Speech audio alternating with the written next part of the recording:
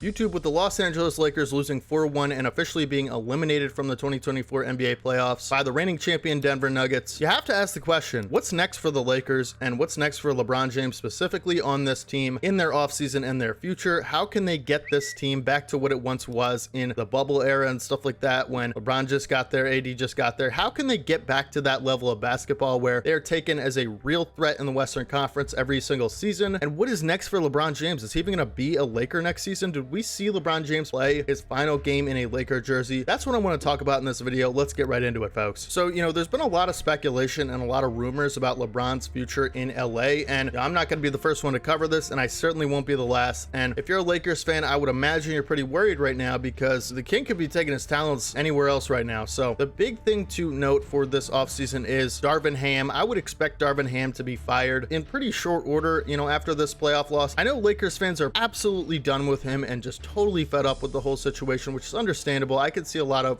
flaws in Darvin Ham's coaching game just from the outside looking in. I'm not a Lakers fan, but I do root for the Lakers as my Western Conference team because I'm just a massive LeBron fan, and I'll root for wherever he goes as long as they're not playing my Sixers. So I watch a lot of Lakers games, and I do see what Lakers fans see in Darvin Ham, and unfortunately it looks like the front office has sided with Darvin Ham on a lot of these issues, and that's got to be pretty discouraging if you're a Lakers fan. But back to LeBron, I think the big thing is going to rest on Bronny's decision and where he gets drafted, right? Because I made a video about this before, and Bronny's impact on what LeBron James does as far as declining his player option and moving somewhere else as a free agent. Now there's a lot of places you could consider if you're LeBron James, but like I said, Bronny's draft destination is going to determine a lot of it, I would imagine, because like I said, Bronny is probably going to be a late first round, early second round pick, and LeBron James has said for many years now he wants to play with Bronny in the NBA for his last couple seasons, and that's totally understandable. I think that would personally be the coolest thing you could ever see in the NBA. It's just those two, father and son, just LeBron passing the torch to Bronny. I think that's an awesome, wholesome thing that would be for LeBron to end his career. And LeBron has said, a couple times now that he doesn't think he has many years left that he wants to play in the NBA because, with his body getting older, and we know he's been probably the greatest player of this generation, period, but also the greatest player ever as far as longevity. I don't even think anyone could even argue with that. His longevity is unmatched across NBA history, and I would imagine will continue next season. The problem is LeBron's body is seemingly breaking down with every season that goes by, with his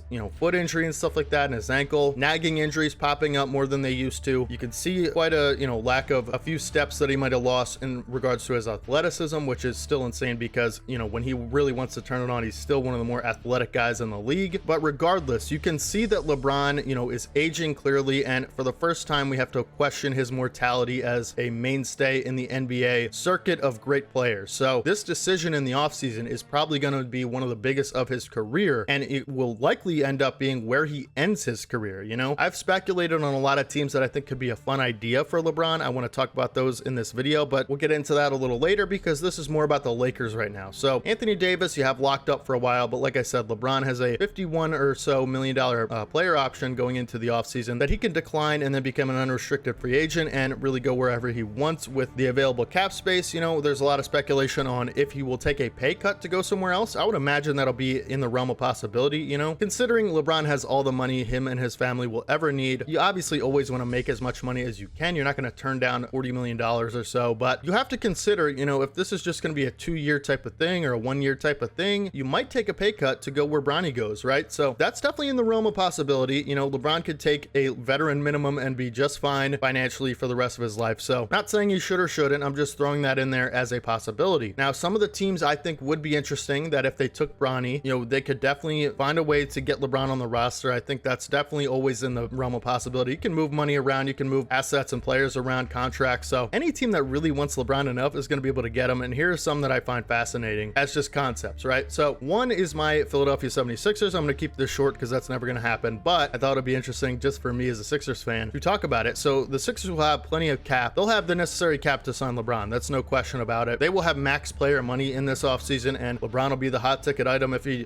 decides to decline his player option. Obviously he'll probably be the best free agent on the market. So that's destination number one. I think the fit would be really, really good with him and Joel and Maxey as well. So that's situation one. The most fun situation would be the Cleveland Cavaliers. If LeBron went back to Cleveland where it all started and where the 2016 Cleveland This Is For You happened, and if LeBron ended his career in Cleveland, I think that would be such a great thing for him and his legacy. If Cleveland decides to take Bronny and then LeBron ends up going back back to Cleveland and LeBron passes the torch down to Bronny, and Cleveland already has a really good roster. They're currently up 3-2 in the first round to the Magic. They're definitely a real threat in the Eastern Conference, so they would definitely have to move some contracts around and make a lot of things change to be able to afford LeBron, unless, like I said, there was a veteran minimum type situation, which I don't foresee, but it is an option. Cleveland would be the most, I think, full circle thing that he could do, because when I think of LeBron's career as a whole, I think of him in a Cavs jersey. There's plenty of things you could think of him as, but I see LeBron as a Cavalier at the end of the day. 20 years from now, I think picture an image of LeBron James going to be in a Cavaliers jersey, and I think that would even enhance that if LeBron went back to Cleveland for his final year or two in the NBA to play with Bronny, if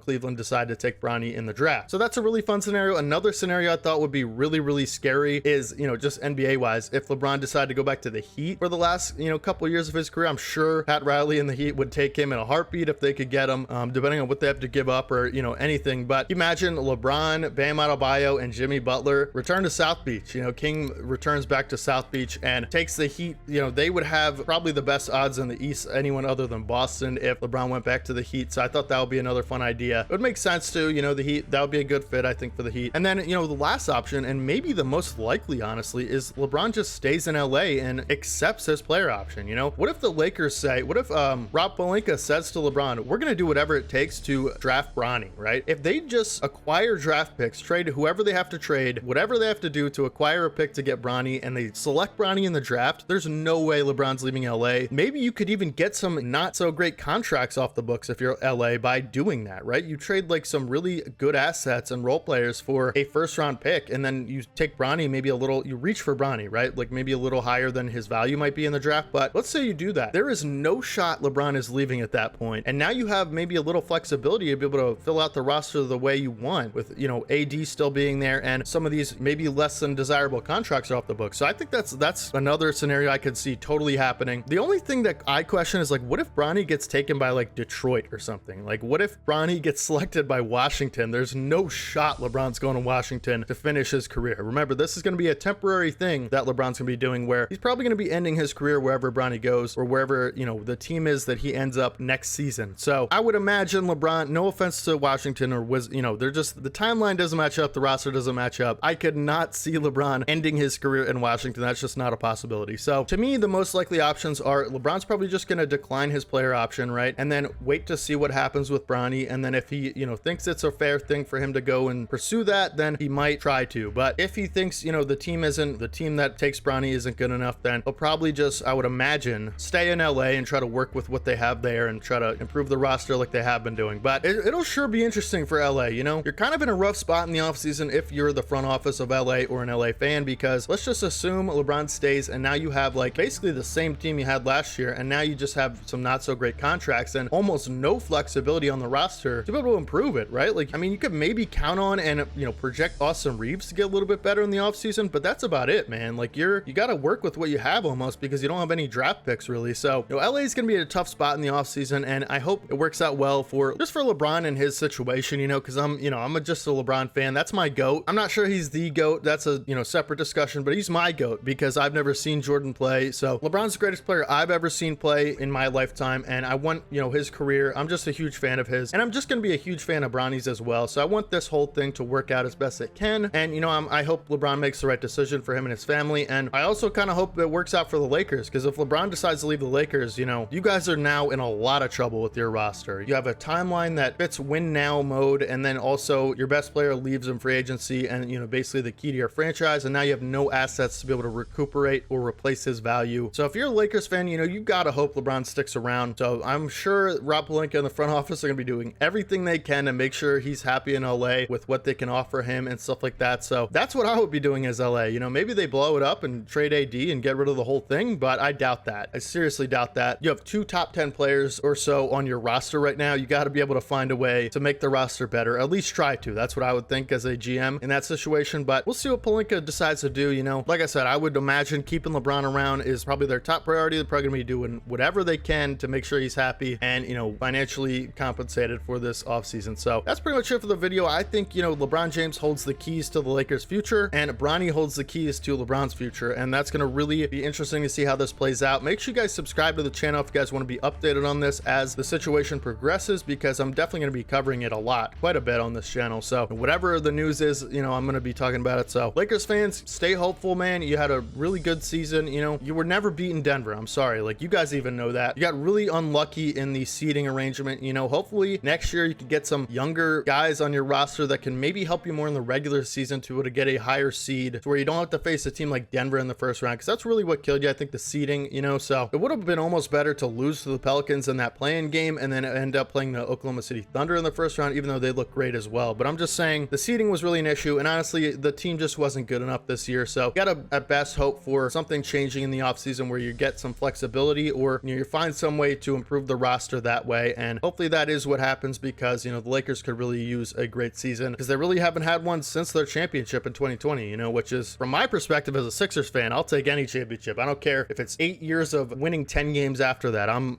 down, man. I just need to see one in my lifetime to be satisfied, and it doesn't look like it's gonna happen anytime soon. Spoiler alert. So Lakers Nation, stay up, man. You guys are great. You'll be just fine. Your organization will be committed to winning no matter what. So whatever happens with LeBron and free agency, you guys will bounce back. You always do. You're the Lakers, you know, you're basketball royalty. You guys will figure it out. Anyways, hope you guys have a fantastic rest of your day today. Like I said, make sure you guys drop a like on the video. It really helps out the channel, helps new people find the video. You guys don't want to miss any more updates and, you know, just discussions and dialogues that I find interesting around the NBA community. Make sure you guys subscribe, because I'm going to be doing stuff like this every single day on the channel, and throughout the playoffs, a lot of playoff, you know, oriented stuff, obviously. So hopefully you guys have a fantastic rest of your day today. Make sure you guys check out some of my other videos. Hopefully your favorite team wins their next NBA game, and hopefully your favorite team is my favorite team, because, you know, the Sixers are headed back to Philadelphia for a game 6, and we really need the win. So I will catch you guys in the next one. This is your boy D Haven, as always. Peace.